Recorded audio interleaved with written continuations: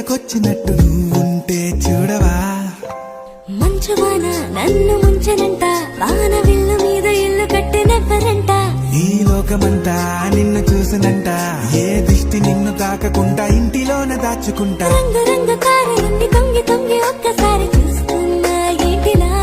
ఆ పైన లేని వెన్నెలంత నేల మీదకొచ్చినట్టు నువ్వు